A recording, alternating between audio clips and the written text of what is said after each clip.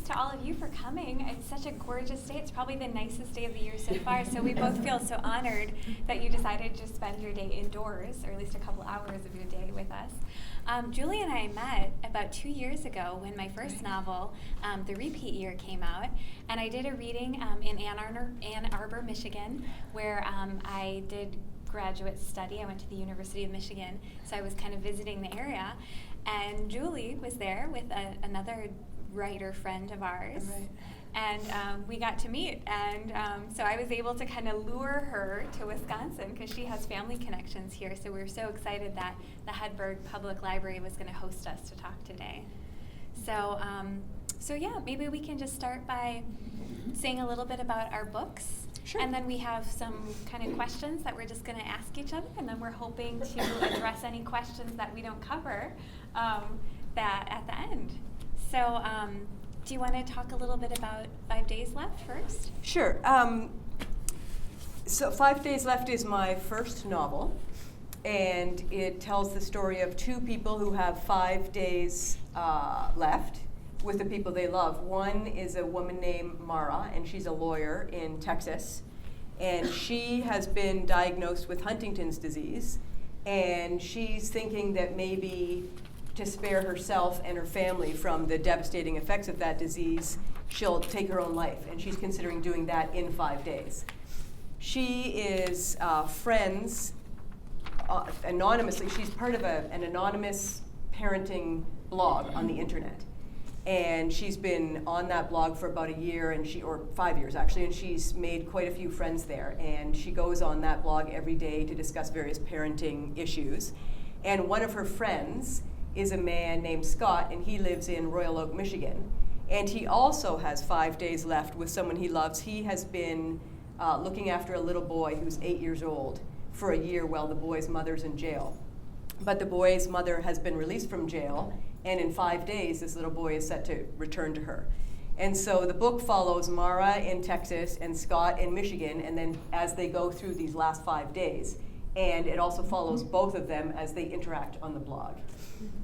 So that is 5 Days Left. So you tell us about Imaginary Things. Yeah, so Imaginary Things is my second novel. The Repeat Year was my first one, and I actually came out for an event at the time in 2013. I don't know if any of you were there. But this is also a novel that has a magical premise to it. Imaginary Things, as you can probably tell from the title, is about imagination. So it's all about childhood imagination, kind of the sweet and the innocent and the playful imagination. And then it's also about adult imagination and kind of the darker, deeper desires and fears that we have. The premise is a young single mother, Anna Jennings, moves from Milwaukee to small town Wisconsin to live with her grandparents because she's financially down on her luck. She has a 4-year-old son, David, and while she's there in this small town, she starts having what she thinks at first are hallucinations. But over the course of time, she starts to discover that actually what she's seeing is her son's imagination. And he has imaginary friends, and those imaginary friends, I'm not giving too much away by saying, are dinosaurs. One of them in particular is a T-Rex. So once she discovers this and realizes she isn't going crazy, she has a lot more questions than answers. She is worried about her son's safety. She's worried, is he in danger? Can these dinosaurs hurt him? Can his imagination hurt him? She's worried, is this a warning sign of something else? Should I be worried about other things? So ultimately she has to try to figure out how can she best protect him, and she discovers some things along the way about her own childhood imagination and some kind of dark secrets. So that's Imaginary Things in a nutshell. Maybe we can talk a little bit about the inspiration for both of our books. I know that's probably something the audience is wondering, like, where did you get the idea for 5 Days Left? What was the spark behind it? Yeah, well, I have told my husband many times that I wanted to write a novel. And we have a whole pile of kids, and we both work full time. So I've sat down to do it before and thought, I don't have time for this or the energy. And then two things happened in the year 2011, I feel like. One was I was turning 45, which for some reason to me mattered more than 50. I think just because why wait till 50? I mean, why not tell yourself do something when you're 45? And then the other thing was that a friend of mine who had gone through a long battle with breast cancer that then became eye cancer that then became bone cancer was told it was in her spinal fluid and was moved into hospice. And she has 3 young children, the eldest of whom is the same age as my youngest. So she had a child in 6th grade and then 2 in 4th grade. And I just could not stand the fact that she had this limited time left with her children. And every day she'd see them, she knew that was one last day. I mean, you're really counting down days at that point. She was spectacularly brave about it all. And I was not. And at the same time, another friend of ours was diagnosed with ALS, which is very similar to Huntington's disease, actually. So another death sentence, really. Another guy with young kids. And I just became sort of consumed with emotion about that. And I've thought about it later, and I've said, if it were my sister, I could go to her house and make a year's worth of casseroles for her family and put them in the freezer, or clean out her basement, or clean out her attic, or do something. You want to do something in those situations. So I sort of I had to do something to get rid of this emotion, So I could break all the plates in our house. I mean, that I kind of felt like that kind of thing, or write. And it turns out, all these times that I had sat down to try to write, maybe I think I just sort of lacked this labor of love. So from the very beginning, I don't know what your sort of motivation is when you have a slow period, but I've heard people say, well, they envision who would play the characters in a movie, and that kind of keeps them going. And for me, it was seeing the dedication page. My friend's name was Ellen, and the book is dedicated to Ellen, and I would see the page that says for Ellen in a printed book, and that's all I needed to get up in the morning and get back to it one more day. So she really was the motivation to write the book. How about you? Oh, well, I have goosebumps just hearing you talk about that. And I think that's amazing that it's this labor of love, and that was what inspired you to write. And I think it shows. I don't know who's read the book in here yet, but it really shows that love. Can I just ask one more question about, because you then also have Scott as a central character. Right. Do you remember kind of the inkling for how did his situation with having to say goodbye to his foster child, or how did you decide to have the 2 characters with the 5 days left? Yeah, well, Scott, I actually am part of, and have been for I think 10 years now, an anonymous work family parenting blog that started as a Wall Street Journal blog. And then we all moved over to one of our members created a new one because people didn't like how the Wall Street Journal was organizing the blog. So we've known each other for ages, and actually I was just telling Dan that my husband that a couple of people got together in New York just this week for lunch. Like, some people are starting to meet each other in person, but many of us are just anonymous friends. And I've always loved that concept. Every now and then someone will just drop off, and we don't know why. I mean, did they get a new job and there's a firewall at work so they can't get online, or did something else happen? So I loved this concept that there could be someone else that you're really close to who actually you don't really know anything about. And so this sort of young man in Michigan with a woman who's about maybe 10 years older than he is, or 15 years older in Dallas, maybe they would never have met in real life. So I just wanted to conjure up really someone who was quite a bit different than her. And I liked the idea of, I've always liked the idea of sort of exploring foster care. That's a relationship that really interests me. And so I wanted to sort of explore that through him. Yeah, well, I think you did an amazing job of that. Thank too. you. So the spark for Imaginary Things, and also the repeat year, always comes from a what-if question. I'm the type of writer who likes to kind of imagine and think, well, what if this happened? What if, I won $1 million and I had 1 day to live, or something like that. Right. So the what if question for the repeat year is, what if a character could have the opportunity to relive 1 year of their life? And would they do things differently? Would they change things? Would there be a butterfly effect? How would things go? And so with Imaginary Things, the what if question was, what if a parent could see their child's imagination? And that stuck with me for a while. I really liked the premise. And I knew it was going to be dinosaurs. I always knew it was going to be a little boy who had imaginary friends as dinosaurs. But the problem with having your inspiration come from a what if question is you've kind of set out this algebra equation for yourself, right? And I'm not particularly good at algebra. So I've got I've got, dinosaurs, I've got a little boy's imagination, but I have no idea what I'm doing with it. So it takes me a few drafts to figure that out. So just like the reader is kind of experiencing my novel and going through and trying to piece together, well, what is she seeing? Why can Anna see his imagination? What is she supposed to do with this? That's kind of what I'm experiencing as a writer. So I'm kind of unraveling this mystery that I've posed for myself. And it takes me a while. But then eventually all the pieces come together. So this actually did start out as a short story when I was at the University of Michigan for graduate school. Yeah.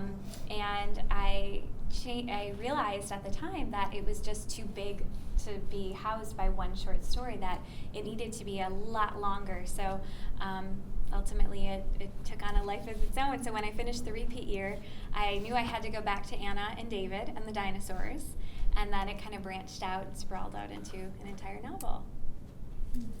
Very interesting. Yeah. So let me ask you this question. I know that since you wrote the repeat year, you've had a baby. I have. And so it's interesting to me that you have a parent-child relationship in this, and now being in your own parent-child relationship. Does that change this book for you in any way, or? It's really interesting because my publisher asked me so this was, going to press, and he's like, oh, do you want to change the dedication now that you have a baby? And I said, well, that's really interesting, but she wasn't even a twinkle in my eye when I wrote this, so it would be kind of not quite as fitting to dedicate it to her yet because she hasn't, inspired a book. Yeah. So actually this book is dedicated to my sister and my parents, because my sister and I never had an imaginary friend. For those of you who are wondering, I'd be curious to hear if anyone here had an imaginary friend or who had kids who had imaginary friends, because I love hearing those stories. My sister and I were such playmates growing up. She's a year and a half older than me. We would always, invent things and play and use our imagination. So it's dedicated to her. But so going back to your question, people will ask me, well, how did you write this book that is so reliant on the idea of motherhood, and you yourself were not a mother at the time? And I have kind of a two-part answer to that. And the first part is that writers use their imagination. Right. And I also have never relived a year of my life, although that would be cool. And I've also never seen imaginary dinosaurs. So I did use my imagination. And the second part of that is that now that I am a mother, and my little one is only 3 months old, she's with a babysitter for the first time today, so I could be here. So if I look a little anxious or I'm like checking my phone, that's why. But it's just as wonderful as I imagined. So every scene that I wrote in there with Anna and David, and that kind of fierce protective love that you have for your children, it's all that and more. So so I definitely have been thinking about motherhood a lot, and obviously my little girl is still too young for me to be seeing her imagination, even if I had that ability. But I think one day it'll be really neat for her to get to read the book and the repeat year as well. Right. Yeah. And I know that the repeat year, I don't know if you know, that the repeat year has been optioned for a movie. Yes. So that's very exciting. Yes.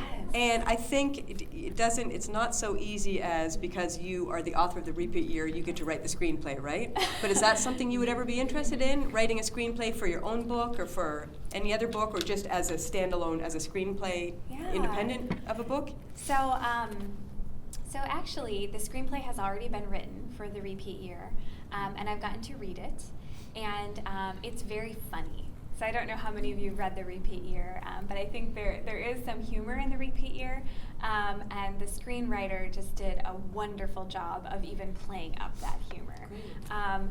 So I like novels. I wrote short stories in college and grad school, but novels are my form. I dabbled in a little bit of playwriting while I was at Michigan too, and I enjoyed that. But for me, there's just something about fiction where you actually get to go inside the characters' heads. You don't get to do that in playwriting or screenwriting. The actors have to convey that, where I really like that ability that we have to dip into their heads and to share their deepest thoughts. So I don't think I would be particularly good at writing. Although I think you can make a lot of money if you do your own screenplays for film adaptations. So maybe I should learn how to do it, because that might help me in the long run. But yeah, the repeat year was optioned for a film. Even before it was published, there was a producer who was interested in it, and they contacted my agent, who contacted the film agent and got in touch. So it was really exciting thinking about, what if, and what actors would play these characters. And I'm not counting my chickens before they hatch, though, because there are a lot of books that are optioned for films, and there are a lot of screenplays floating around Hollywood. Right now, the company that has the option is called Ineffable Pictures, and they're kind of a small up-and-coming company, and so they've been looking to partner with a bigger company. So yeah, maybe if everybody sends like good vibes all at once, it'll all line up. But I think it would be really, really fun to have it adapted into a movie, to actually like see your characters come to life. I think would be really cool. It would be great. Yeah. We'll be sending vibes.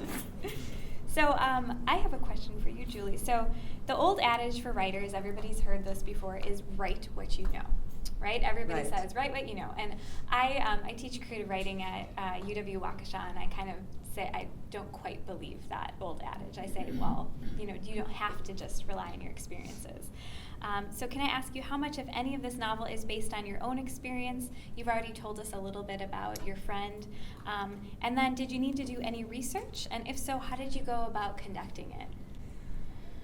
Right. Well, my day job is a lawyer, which involves a lot of research, and often a lot of picky little research. And one thing I really looked forward to in writing a novel was that I say that I'm actually a very lazy person, and I just wanted to sit in front of my laptop and not have to get up and look at another book or even go online and just make things up. And so I said to Dan, when I didn't want to write about cancer or ALS because our friends had these things, and I didn't think I had a right to write those family stories, and I didn't want to. So I Googled, and my Google search was as stupid as, really bad diseases that are not cancer or ALS. and the answer was Huntington. I mean, the first thing out was Huntington. So I said to Dan, I'm just going to spend 5 minutes online. I'll learn a little bit about Huntington's, and then I'll just make it all up, because authors have this artistic license. Well, as some of you have read the book, and as you know, you can't spend 5 minutes reading about Huntington's and then think you're going to make any of it up. I mean, I just could not do that to that community, sort of parachute in, pick a few terrible things that have destroyed someone's life, and then, bend it to suit my plot. I couldn't do it. So I hadn't even written the book yet, but I had sort of an outline in my head. And I found an expert at the University of Connecticut, and I sent her an email and said, I don't have a literary agent. I don't have a book deal. I've never written a book. I haven't even written this one yet. And so maybe your name will end up in the acknowledgement section of an email one day, or of a published novel, if you talk to me. Or maybe this will be a colossal waste of your time. And if I were a betting person, I'd go with the latter. And then I went home and I said to the kids, so I'm never going to hear from her again. Like, who would email me back? And she wrote back and said, I would love to talk to you about Huntington. So I sent her a list of questions and said, 20 minutes tops. And we ended up, because she kept continuing the conversation, we ended up talking for about 90 minutes. And then since then, over the course of, after I had the book deal, I talked to her several more times, once for 2.5 hours. I mean, this is her life's work. And if you want to hear about Huntington's, she wants to tell you about it. So I talked to her at great length, read a lot at great length, spoke to another relative of ours who's a neurologist who had some Huntington's patients. And then when I was doing revisions for my editor, about a year before the book came out, I sent a note to a physician at University of Michigan who's the chief of the Movement Disorders Clinic. And this guy wrote to me, and by then I had a book deal, but I said to him, you'll be in the acknowledgments page of a novel, but I said to the kids, you're an MD, who cares about that? Like, your name is in the like, that's not a draw at all. And he wrote me and said, in the next 2 weeks, I have 1 free hour, and I would meet with you for that hour if you want. What amazing. So I went to him, and by then I had, the book had been written several times. And the one scene that my editor liked best was not accurate. I mean, I had the main character in that scene was in a more advanced stage of Huntington's than I had her in the rest of the book. And he said, and my University of Connecticut expert said this too, it's your book, it's a novel, you can do this if you want. And I said, no, tell me what's accurate.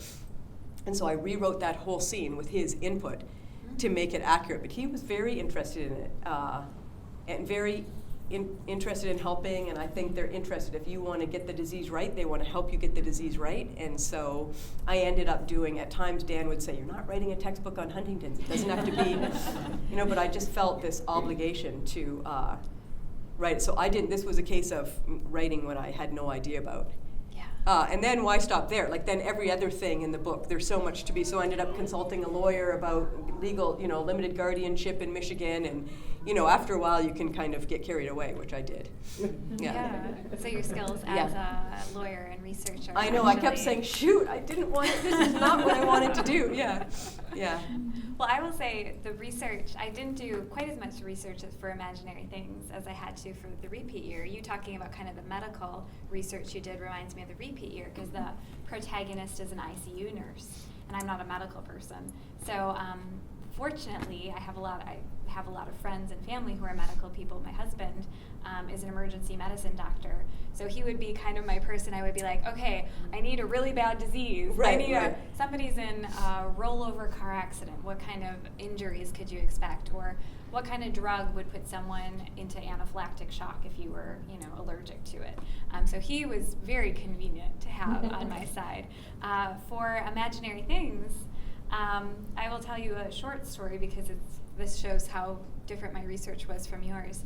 So I spent, 15 minutes on YouTube watching clips from Jurassic Park with the T-Rex, because at one point in here, when she encounters the T-Rex and he lets out this shriek, this roar, I was like, what does a T-Rex roaring sound like? Well, the closest we could come to knowing what that sounds like is Jurassic Park, right? 'Cause where else are you going to hear a T-Rex roar? So I found these great montages of the T-Rex vocalizing in that movie, and I would listen to it again and again and again so that I could accurately describe it. Oh, that's great.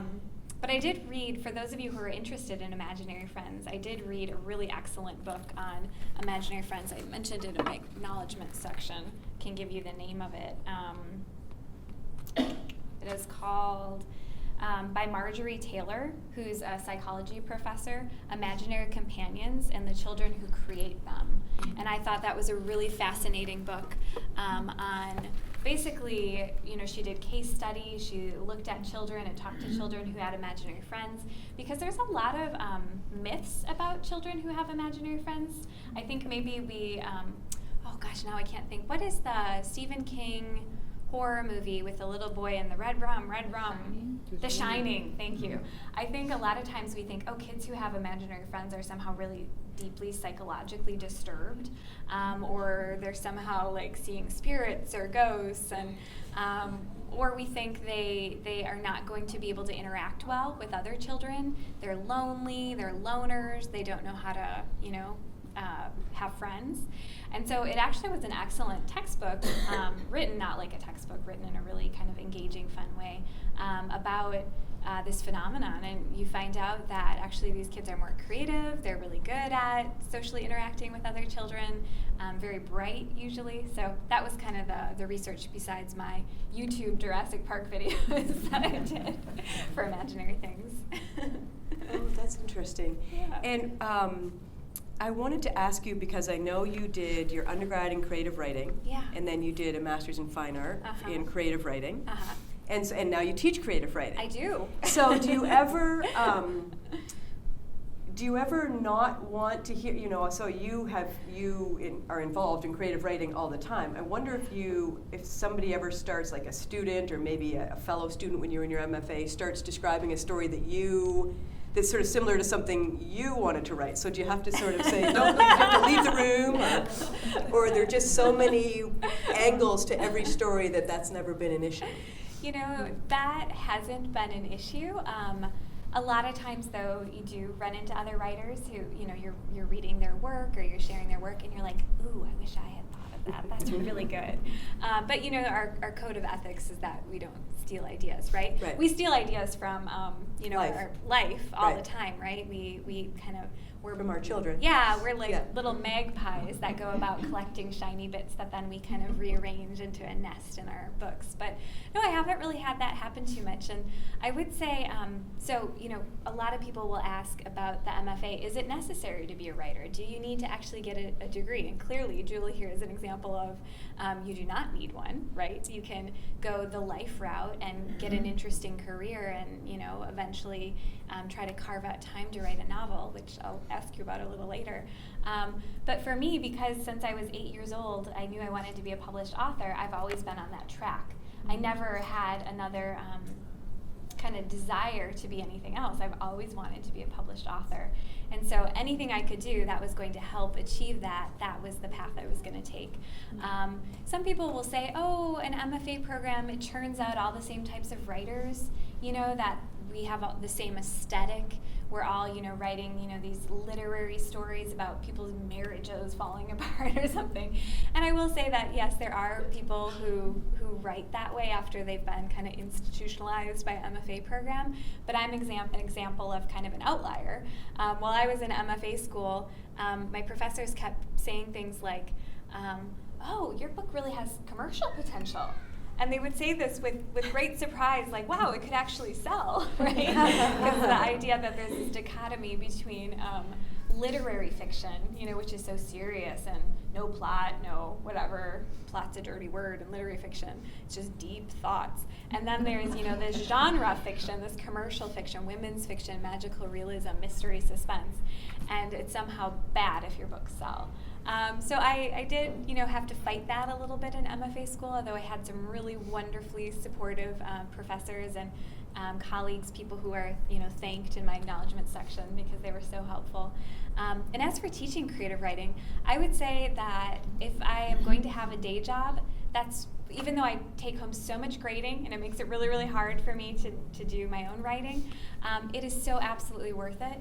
Because when you're working with young, aspiring writers, and they have so much energy and enthusiasm that it gets you energized and renewed, and you want to write because they're like, I'm going to write this story about a robot who goes back in time and does this. And you're like, that's awesome. That might not work, but they're willing to take, you know, these huge risks, and they're just wonderful to work with. So I very, very much enjoy that. So, you know, I don't have a lot of time to write because of obviously a 3-month-old now, and you know, I teach, you know, 9 months out of the year at UW-Waukesha. But I don't even imagine, how can you carve out time? So you're a lawyer, you're a mother. How do you find balance in your life? Do you have any tips or tricks for how to set aside time for writing? Anything that you find useful? Well, my secret weapon is sitting in the back, my husband Dan. Dan and Starbucks are my secret weapon. So I decided, when I decided to write, I realized, because we have 4 children, and my day job is fairly mentally taxing. Yeah. So, and I'm really a morning person and not an evening or even afternoon person. Me too. And so if I were to leave it till after work, for one thing, I would spend all day thinking, I wonder if I'm going to write today, and that's kind of like wondering if you're going to work out. You just get the thing done. And also, I would just be, my brain sort of tends to shut down around 7, maybe 6 these days. So I decided, did you say noon? Yeah. So I decided to write early in the morning. So when I was writing 5 Days Left, I wrote that book from 4 to 6 every morning for about 2 years. And Dan set the coffee maker every night. Not that I don't know how to set the coffee maker, but there's something nice about having that done. And so I would, you know, we have those little sunrise alarm clocks that would go off so that the noise doesn't wake up Dan. the sun would go up on my little alarm clock, and I would smell the coffee already brewing. And what a difference that made to get up, especially in January in Michigan. But knowing that there was coffee downstairs was really what it took. And then I would get those 2 hours in, and then go to work, and then know that I had those 2 hours done. And I took a definite break at work. So at work we have Dell computers, and so as soon as I decided to write a book, I bought a Mac so that they'd be completely separate, and I wouldn't even be not that I would have had time to write at work anyway, but I just wanted them to be completely separate in my mind and everything. So going to work kind of gave me a break from the book. And as time went on, I think I wrote a bit in the evenings. But for me, that morning time, getting it out of the way, and nobody needs me from 4 to 6 in the morning. The kids were asleep, and then on weekends, because they're teenagers, they sleep in. I could write from 4 to 10, 4 to 11, before someone would finally roll out of bed. Although I did make the mistake, my company is global, and so the Europeans are, of course, up and hard at their day at 4 in the morning, and I have a habit of always checking email as soon as I wake up, and if I can answer a quick question, I want to do it and let them get on with the day. But sometimes I did a stupid thing in answering some emails at length. So then I'd get up at 4 and I'd say I have a meeting notice for a call at 4:15. Oh. So I'm like, finally I was realizing, shoot, they're taking up all my writing time. But they didn't, there was a bit of a crisis that happened for. And after that, it went away. But I wondered, do they think all American lawyers are up at 4:15 in the morning? It's kind of funny that they just sort of took that for granted. So that's how I did it. How did you figure out how to write? So the repeat year, I was very, very lucky because I was, in graduate school, and I had the time to do it. And to workshop it, I would submit chapters and get feedback from my cohort, which was really wonderful. Imaginary Things was very different. I'm a very fast drafter, so I can usually write an entire draft, and some of this is necessity and some of this is just the way I write. I can usually draft an entire novel in 3 months, which conveniently is the time I have off for the summer, Oh, that's great. From and school. Then you can revise it. And then I can revise over time throughout the year. With my third novel that I'm working on now, or I shouldn't say I'm working on it actively now since I haven't looked at it in several months, but I started it when I was pregnant. I don't know how I'm going to carve out that time. That's kind of one of the reasons I asked you that question, because I'm curious about, it's so important to have time with your children and to have time at your job, and then when do you also find time? So I'll have to get back to you guys on that one. Maybe in a couple years I can be like, and here's how I figured it out with my third one. I have her strapped to my chest as I type for something. Right, yeah. I wonder if that'll be, we have a friend, Camille, who is also a writer, lives in Ann Arbor, and she has several pictures of her with a baby in a snuggle while she's at the baby's sleeping, and so they're getting that, contact, and she's at her laptop, so. Yeah. Or I could get up at 2 in the morning. Yeah, right. Yeah, I don't think I'd recommend that if you have a young baby. No, I probably need more. So I know probably some of you are interested in publishing. Maybe some of you here are aspiring writers. So maybe we could both talk a little bit about our journey to publication. Sure. You've already mentioned, you wanted to, before you were 50, write this novel. How did you go about finding an agent? What was your book deal moment? How did you celebrate? All that good stuff. Right. Well, so it's interesting. I didn't know anything about this when I started to write a book, which I almost think is a good thing. Because I was blissfully ignorant of a lot of it. And one thing I learned very quickly is you can find a lot about writing online. You can find a lot of blogs and various, they become websites where people are talking about writing. And a lot of them are doing a lot of talking about writing, and it's very evident quickly that some of them aren't really, or a lot of them aren't actually doing any writing. So I made a rule, when I found these, I made a rule for myself very quickly that I'll do this investigation for about 20 minutes each night, only if I'd hit a certain word count that day. So that would be sort of a reward. Yeah. Because you could get online and lose, as any of us know, doing anything online, you can lose all kinds of time.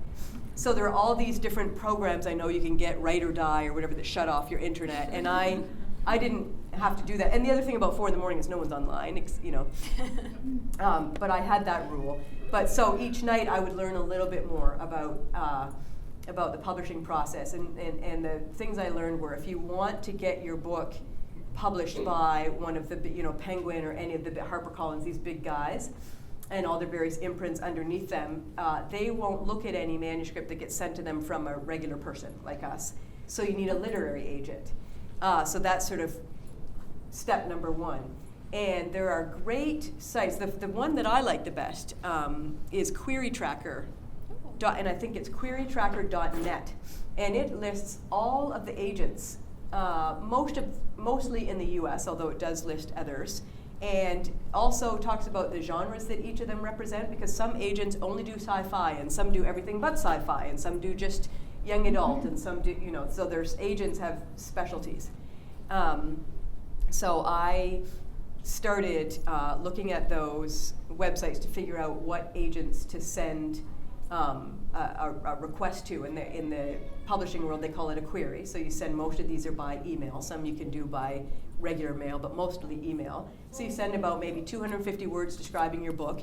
And if they're interested in the concept, they'll say, send me the first chapter, or the first 3 chapters, or the first 100 pages, or most of them will not respond to you at all. And some will just say, not right for me. I probably, before I got an agent, I probably sent about 100 of these queries, and most were no response at all. And then the rest, so maybe, I don't even know if I could break it down, but most I didn't hear back from at all. And many, many, many I heard no from. And one agent, very early on, like in the first maybe couple of months, said, that sounds great, send me the manuscript. So I did, and she said, this sounds great, it has potential, I think you need to make a few changes, do that and I'll read it again, which they call a revise and resubmit, or R&R. So I did that for her, she read it again, said, yeah, it's still not quite there, make these changes and try again. So I did that, so now she's read it 3 times. And finally said no, and didn't say, try again. And who could blame her? I mean, oh my gosh, she'd read this thing 3 times. I talked to her on the phone. So then I said to Dan, you know what? I'm just going to call 5 Days Left to Practice novel. It was a full year later. And I wrote another book in the summer. And I said, it's a practice novel, I'm done. But I still had queries. It takes months to hear back from a lot of these people. So rejections would come in, and I'd laugh and think, I don't care, because that was a practice novel. And finally, one agent wrote about, it's about a little over a year after I started, and said, this has a lot of potential. If you made some changes, I'd read it again. And I said to Dan, I'm not even going to respond to this email. I'm just going to delete it, because this is a practice novel, and I'm not doing that again. And he said, God bless him, do you think you want to sleep on that, maybe, before instead of just deleting, the one bite, So, of course, the next morning, having slept on it, I thought, well, maybe it would be a smart idea to try this if this woman's willing to give me a chance. So I did. So I took 6 months and rewrote it and submitted it to her. And that was about 2 years, almost to the day, from the day I started writing the book. And then 5 days later, she said she wanted it, and 21 days later, she sold it at auction. So it was for 2 years, we heard no, no, no, no, no, and then all of a sudden, our heads just spun. We couldn't sort of believe that it all happened so quickly at the end. But it sort of goes to show that, you sometimes you really do need to give up on a book, and sometimes you don't. And I don't know what the answer is to when you should give up and when you shouldn't. Maybe it's like finding a spouse, when you think you're not looking anymore, that's when you find the perfect one. So maybe that's what happened with this book. Is that sort of similar to your? It's very similar, and I'm so glad you didn't give up. I'm so glad it didn't turn out to be a practice novel. Yeah, thank you. It's a book that needs to be read. Yeah, mine was very similar too. I had a little bit more experience knowing how things worked, because in MFA school they did bring in some agents and editors, and so I had some connections. Unfortunately, the connections I had were literary agents who represented literary fiction. Right. And so even though my book went to the top of their pile and they were willing to read it, the response was, it's not quite right for my list, because it really wasn't quite what they were looking for. I queried, I don't know, probably similar to you, quite a few agents. Was at my wit's end. Do you feel like that agent who ultimately said no, do you feel like her comments helped you? Like helped strengthen the book? They did, yeah, okay. Absolutely. Because I had the same experience too, where I had an agent who, she gave me great feedback. I sent it back to her. She said, oh, it's not quite right. Could you do this as well? I changed that. Then when I sent it back to her, she was no longer an agent. Oh my God. She had like switched. And so she's like, oh, but send it to my colleague so-and-so. And I was like, but I revised this for you. That was kind of devastating. Right. But ultimately ended up passing. And I bought a book. For those of you who are aspiring writers here, the book was just the guide to literary agents. I think it's put out by Writer's Digest, who puts out the series of books that are, the Poets Market, the novel and short story writers market, those kind of books. And I said, I am going to go through this book. I don't know, probably had like 1,000 agents or something in it. I'm going to go through this book. I'm going to highlight the name of everybody who represents my type of writing. I'm going to query every single one of those people, and if I get to Z, because it was alphabetical directory, and there are no takers, this novel is going away. I didn't call it a practice novel. I said it's going in a drawer. Yeah. And I'm not going to think about it anymore. I'm going to write a new novel. I got to F. Oh, good. That's not bad. I got to F when I found my agent, and she absolutely loved it. And obviously it had seen a lot of revision by this point, and it had underwent a lot, so we didn't actually do much revision at all. And then she sold it to Penguin, a few weeks later. So it was a happy ending too. But oh man, aren't we lucky for those loved ones who support us? Because even if you love writing and you believe in your book, you can really start to have doubts in yourself, and it can really start to wear on you after a while, and you start to think, I'm no good, I'm never going to get published. So it's so nice to have those people who lift us back up and remind us.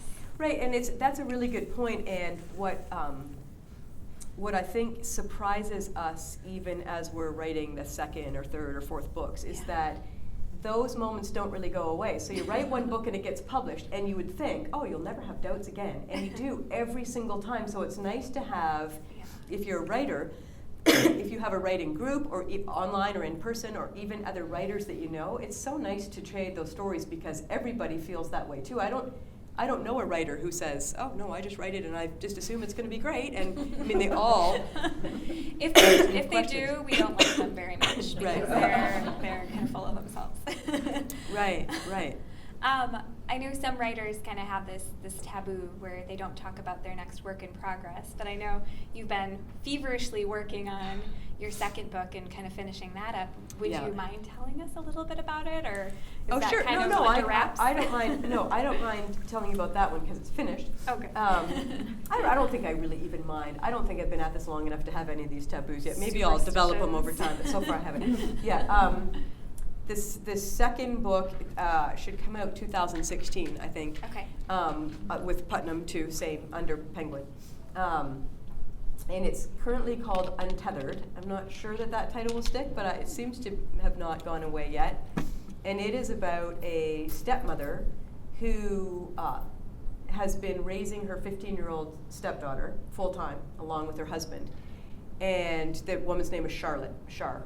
And her stepdaughter's name is Allie. And Char's husband dies unexpectedly. And Allie's mother has been sort of this distant, uninvolved mother. Char lives in Michigan with her stepdaughter, and the biological mother lives in California and isn't all that involved. So then, when the husband dies, you have this issue. Who is the mother of this child, really? Of course, the biological mother is the mother, but what about the woman who's been there day to day for 5 years? Mm-hmm. So it talks about, that is addressed, this concept of, and this is sort of a theme, I think, that probably will be in all of my books, this kind of what makes a family. Is it biology? Is it shared emotion? Is it, dedication or what? Meanwhile, Allie has a friend who's 10 years old who she's tutoring, and this child has been adopted out of foster care. And so there's a storyline that follows that child's story. Is it the 2 points of alternating? It isn't 2 points of view. Okay. It's all told through Char's point of view, through the stepmother's point of view. Yeah. Yeah, so that book I'm just finishing. I was hard at revisions and then got this terrible cold and I can't really think straight. So I'm hoping I'll be able to think straight when I get better, and then I'll wrap those up hopefully in the next couple weeks.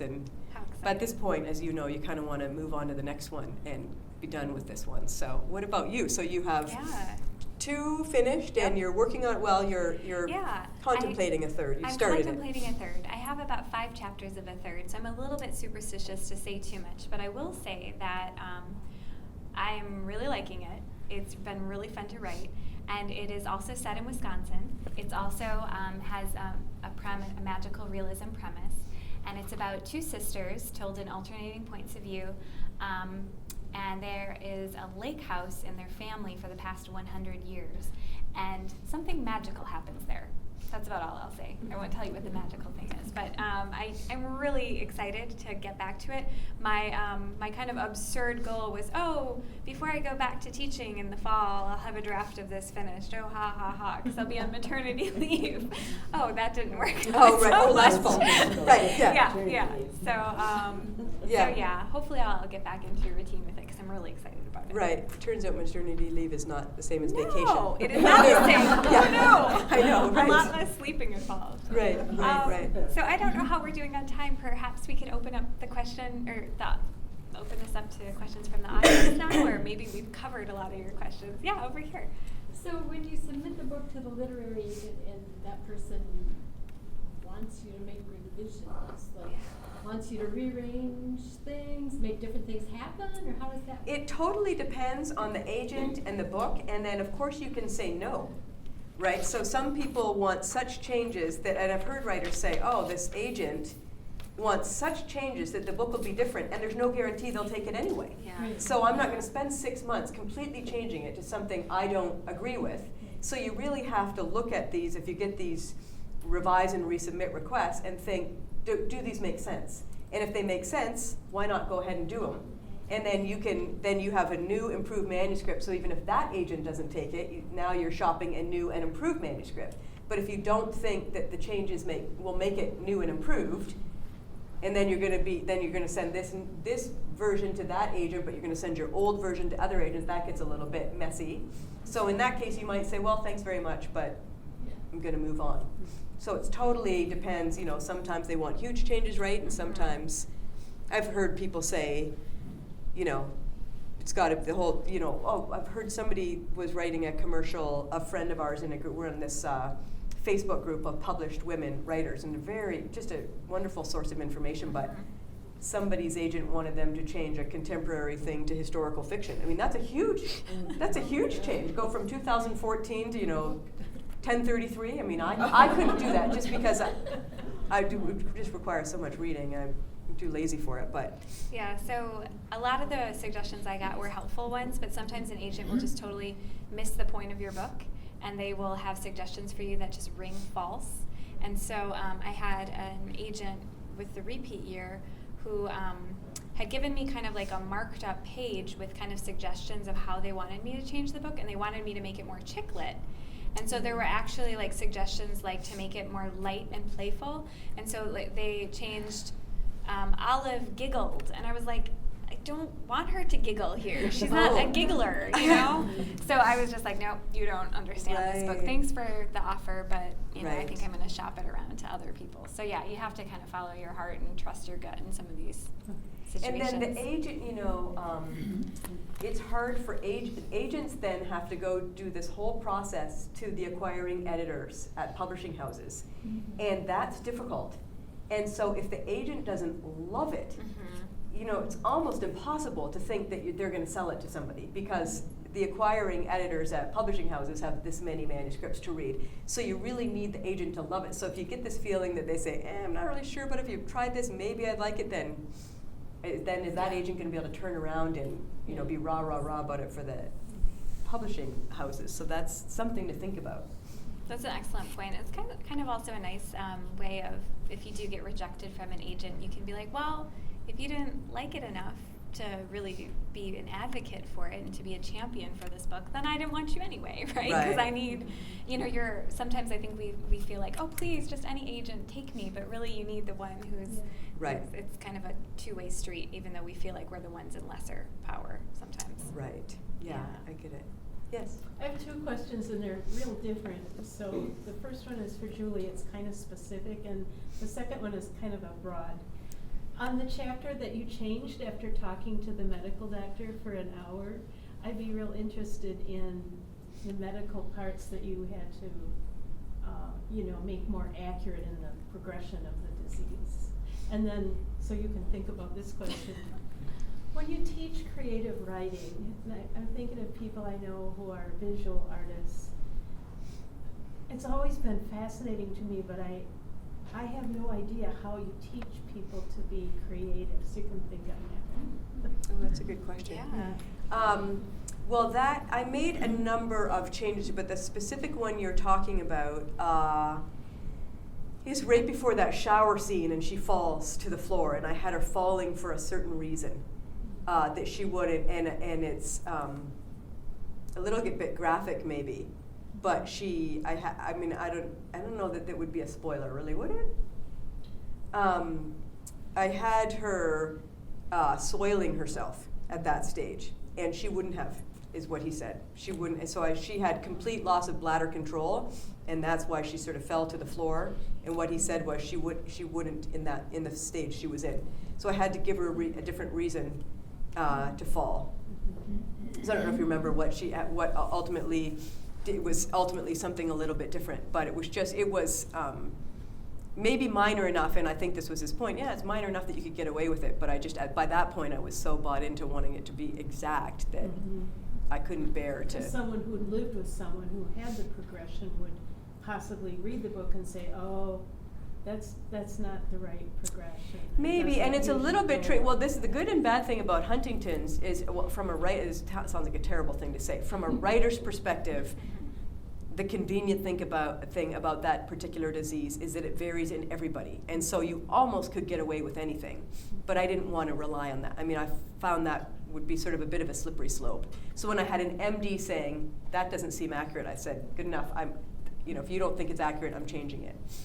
Yeah, I'm sure I still got parts of it wrong, but not through lack of trying, and only because there's probably some loss of translation from them to me. Well, and I'll say, Julie, too, I think one of the tremendous strengths of your books is that realism, because it's such a tragic topic that you're writing about. Like, when you describe it to people, it sounds like a super tragic topic, and I feel like sometimes books can get overly sentimental. So we've got, sentimentalism, and then we've got sentiment. So true sentiment is like the raw emotions, you actually feel something. Sentimentalism is like the syrupy, sweet, easy emotions, right? They're not earned emotions. We're maybe like, oh, we feel sad because this character is dying, but we don't actually feel the heartache. Where I feel like in your book we actually feel her loss of control of her body, and we feel her despair, and we really empathize with her. So I think you're trying to stick to the facts really actually made the book even more awesome. Oh, yeah, hopefully. Thank you. So tell us how you're going to teach us all to be creative. Okay, so the short and the long answer is that you really can't teach someone to be creative. I feel like you're either kind of inclined to want to be creative and to try things, or you're not. Kind of a fun example of this is that I also teach composition, so I also teach essay writing and research paper writing, and so a lot of students who take me for composition are like, oh, I can take Andrea again for creative writing. That'll be an easy A, right? And so they sign up for me and they take creative writing, and these students who were amazing at writing research papers, they got A's in my classes, they were some of my best students, will sometimes really flounder when they're writing fiction because they want to write it like an essay. They want to have their thesis statement in their introduction. So that summer I learned X, and you're like, no, you can't write a story that way. You have to allow the reader to discover and experience the thing you learned. You can't tell us in the first paragraph. That defeats the purpose. So there are definitely some students who just, bless their hearts, are not going to, for the life of them, be able to write a great story. That's not to say that they don't try and that they don't really gain something from the class, because a lot of times in college, you are just using so much of the left hemisphere of your brain. You are writing research papers, you are memorizing facts, you are just doing all sorts of complex thinking, that when they step into my classroom, I feel like they can kind of shrug that off a little bit and go, oh, I get to use the right hemisphere a little bit today. And so it's a fun class. I work them hard, but it's a really fun class. And I think usually, even if they themselves are not going to ever become a published author, you know, if that's not a desire that they have, they've usually learned how to read and constructively critique fiction. And I think that's just an even more important skill sometimes. So yeah, I wish I could say that there's a magic way to teach people to be creative. I don't think there is. But I certainly, you know, work on it with them. And we have all sorts of fun writing exercises that, you know, because they'll look at me and they'll be like, well, how do I write a story? What are the guidelines? What do I write about? I'm like, whatever you want. And that scares them sometimes. So that's why I do lots of writing prompts and creative writing exercises that can get them thinking so that they don't have to stare at a blank page. So at the very least, they would be able to recognize what might be considered by many creative writing, even if Yes. they weren't able to produce it. Yes, exactly. Sometimes those students are the most insightful in workshop.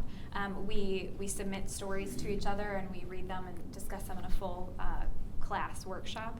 And sometimes they will like nail it. They will be like, this was working really well, but I had questions about this. And sometimes they're the best readers in the class, even though they themselves aren't capable of reproducing that in their own fiction. Sometimes they're more insightful, which is why, you know, not everybody can be a writer, not everybody wants to be a writer, but everybody, we need readers, right? Everybody should be a reader. So I think it's just as valuable of a skill. Over here. This is kind of an odd question. You said you went on YouTube and listened to it. I was wondering why did you do that when the dinosaurs are his imagination and they could sound any way he thought they did? That's a really, really good question. So, so David is a very precocious 4-year-old. And so I wanted his dinosaurs to be very lifelike and realistic. I didn't want them to be like pink dinosaurs who, you know, like snorted bubbles or something. I wanted them to be real, like dinosaurs, because he actually, you know, kind of dreamt them up from his own experience with seeing dinosaurs at, you know, the museum or in books or wherever. Actually, wanting to know what the noise sounded like, my editor had the suggestion for me. I had this scene, and I said, you know, the T-Rex roared, and she's like, I want to feel this in my bones. What does this sound like? Because it's supposed to be such a scary sound. And I'm like, I have no idea. I don't know what a T-Rex roar sounds like. Does it sound like a lion? Does it sound like a whatever? I wish I knew what page it was and I could tell you. But ultimately what I came up with after listening to that was, have you guys heard peacocks scream? Mm-hmm. That really, it's like this terrible shrieking sound. And then I think I compared that to the scream of the peacock and the power of the roar of a lion, which, you know, like actually you feel the vibrations when it roars. So that was what I came up with. Good. But yeah, I think I just wanted it to be realistic, because if it was just, you know, kind of a funny little snorting sound it made, I don't think you'd feel the same fear that you would if it was actually what we imagined a T-Rex sounded like once upon a time. So your editor kind of... Yeah, she had some great feedback for me. So that leads me a follow-up question. And when you went to finally getting an editor at the publishing house, did the editor have a lot of changes for both of you, or helpful? Yeah, yes. My book sold on a Tuesday. By Thursday, I had a 7-page single-space letter from my editor with all the changes. And Libby said, my daughter said, did she use the sandwich method where you say something nice and then criticism and something? And I said, well, let's read it. And it was, I said, it's a sandwich. It's a paleo diet sandwich. There was a nice sentence, 7 pages of changes needed, and 1 nice sentence at the end. She did, so Libby was proud. She did use the sandwich method. That was the thing, like that was a low-carb sandwich. I teach my students how to do that too, the sandwich. Oh, exactly. And I would say to Dan after, Dan would actually have to remind me, but she bought it.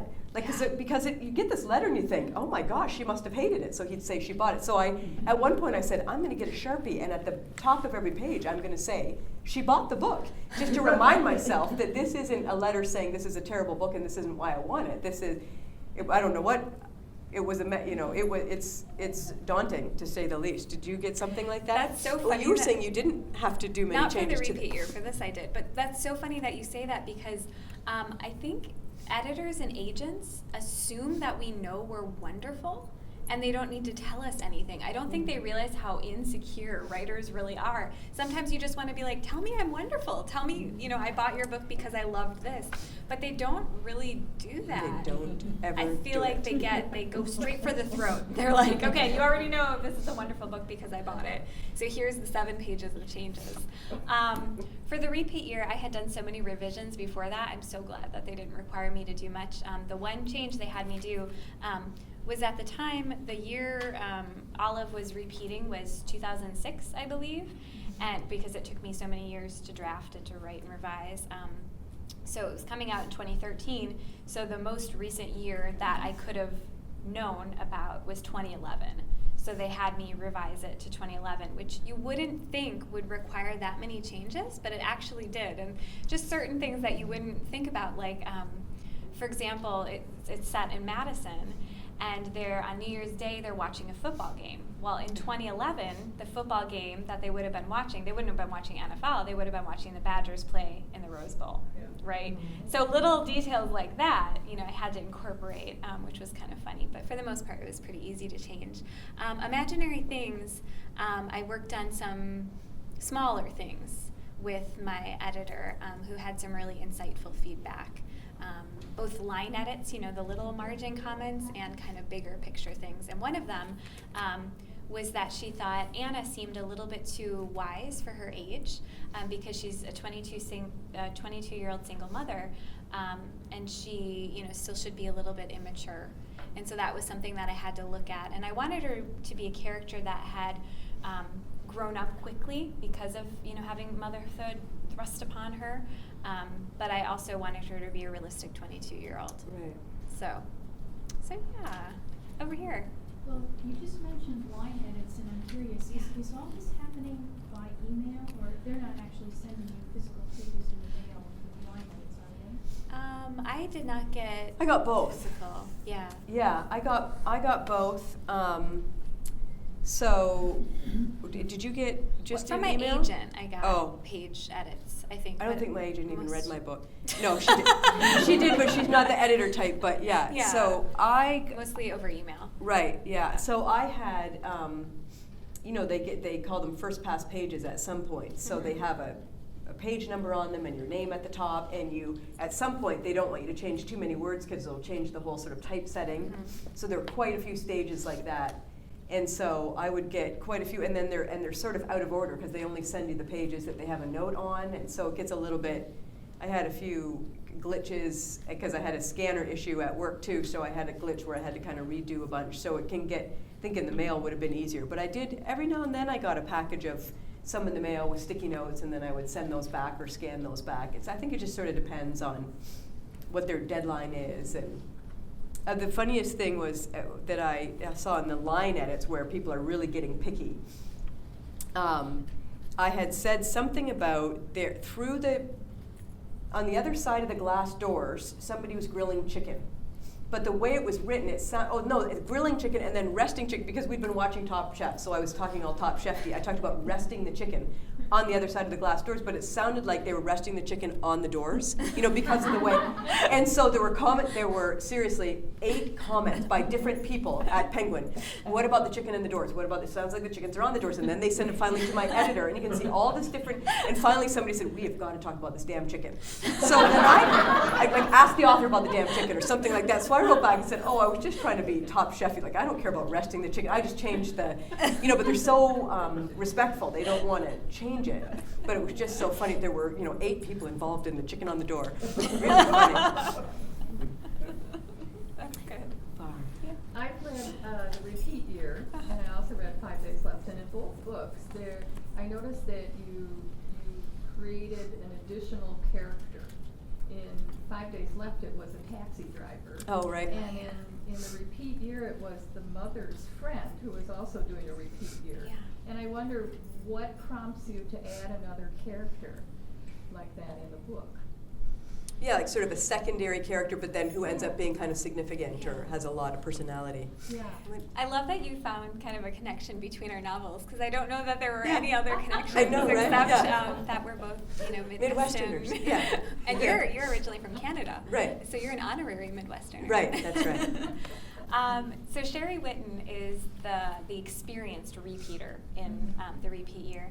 And it seemed really essential to me that Olive have someone who could act as kind of a guide for her, who could help her along to understand, that this was actually a blessing and not a curse, that she could relive this year of her life. And I wanted that someone to not be the ideal guide. I didn't want her to be like too helpful and too perfect. I wanted her to actually be kind of a terrible guide, so that Olive had even more challenges to do it. And she's actually probably one of my favorite characters that I've ever written, because she's just one of those characters that you can just let it rip. Whatever she wants to say, she is going to say, no filter. Nice. So she was a lot of fun to write, and I think your cab driver is also someone who is able to help Mara Right, and in an imperfect way. And I don't know if you have had this experience, or any of you who write.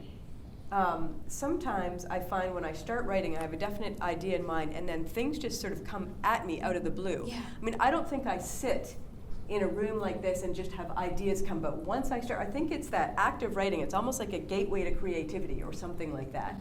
And often what the benefit of writing early in the morning and driving to work is that I would write for 2 hours, and then I have about a 20-minute drive to work. And so that creativity was still going, and now I'm not writing, I'm in the car, and I could sort of think of these ideas. So I remember exactly where I was when I was getting onto the highway, and suddenly this character, the song Taxi by Harry Chapin came on.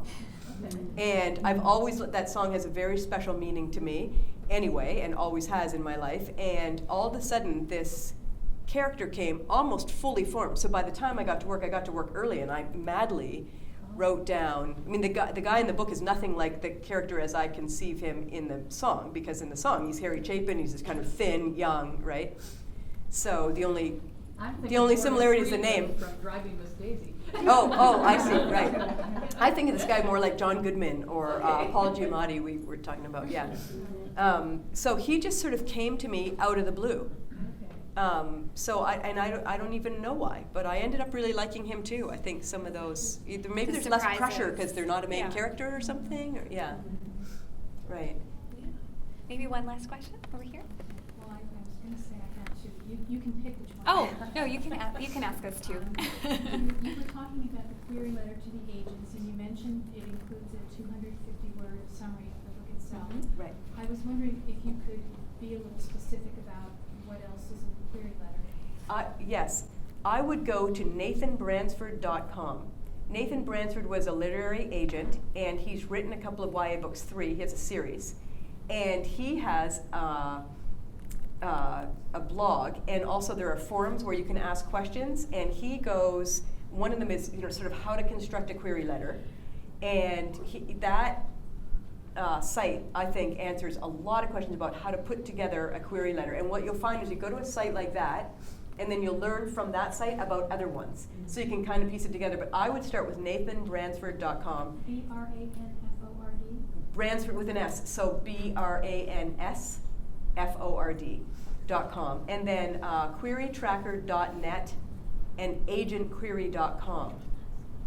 But Nathan actually, at some point, Nathan has a Mad Lib form of query. So, this is happening, but like there's a certain sort of formula to a query, and he gives very explicit directions on how to start one. And then you can see, then other people on all these sites, people upload their queries, and then people can comment.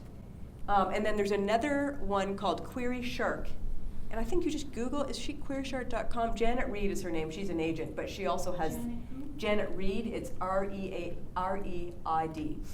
But she has this persona called Query Shark, and people send their queries to her, and she cuts them down. So you have to have a very thick skin. Like she'll say, this is idiotic, and here's why. But if you read all of the queries that have been submitted and all of her comments, you come away with a really good grasp of what agents are looking for. So I would go to those sites, and they'll give you a really good idea of what kind of queries to write. She's actually yeah. an agent at the agency that represents me. Oh, okay, Yeah, great. Yeah, Oh, Fine great. Print Literary Management. Right. Two, Oh. read book jacket print, you know, like when you're at the bookstore, when you're at the library, pick up a book, read the back, and think, you know, what compels me to buy the book or to check out the book. It's Oh, I don't have any problem. with the describing my synopsis? book. Okay. It's the. Yeah. Okay. how Well to- Those will then, help. that's half of the battle. If you already have the synopsis done, that's wonderful. You've been wanting to ask a question. Oh yeah. Ro- Okay. Yeah, What's Yeah. one? Just wondering, Yeah. in your creative writing class, have you ever had a student that wrote something that was so gripping and it just kind of blew you out of the water and you wanted to encourage them to keep writing? Oh yeah, all the time. Every semester I probably have one or two gems that are just so talented that I had one student who showed up in my English 101 class. She was a homeschooled student, and she wrote this essay that moved me so deeply and that was so well written that I was like, where did you come from? Like, this is just it was this gorgeous essay about her grandfather teaching her to play the piano. And it was so beautiful. And she was in my English 101 class. And so I was like, okay. And she struggled a little with grammar and punctuation. I said, okay, we're going to revise this, polish this up, and you are sending this to this contest because it is going to win. I didn't tell her that, but I was like, you're going to send this to the contest. So she did, and she won. And then I said, and you are also going to take my creative writing class because I want to see what you can do in fiction, if this is what you can do with nonfiction. And she took my creative writing class, and she was just as talented. And had no pretensions. She just, you know, was like totally humble about it and was wonderful to work with. So yeah, every semester, not that I don't love all of my students because I do, but every semester I have one or two that I just push a little bit harder because I see that spark in them that they really like this, and also it comes naturally to them. It's something you can't teach. It's something that they can tell a story, and I feel like they're maybe the people who see the world in a different way. You know, they observe things. You know, some students, they look out and they see it snowed. Other students look out and, you know, they see the beauty of the snow and describe it in a really, you know, unique, fresh way. So yeah, I love those students. Those are the students that, you know, make me want to keep teaching because they're just so good.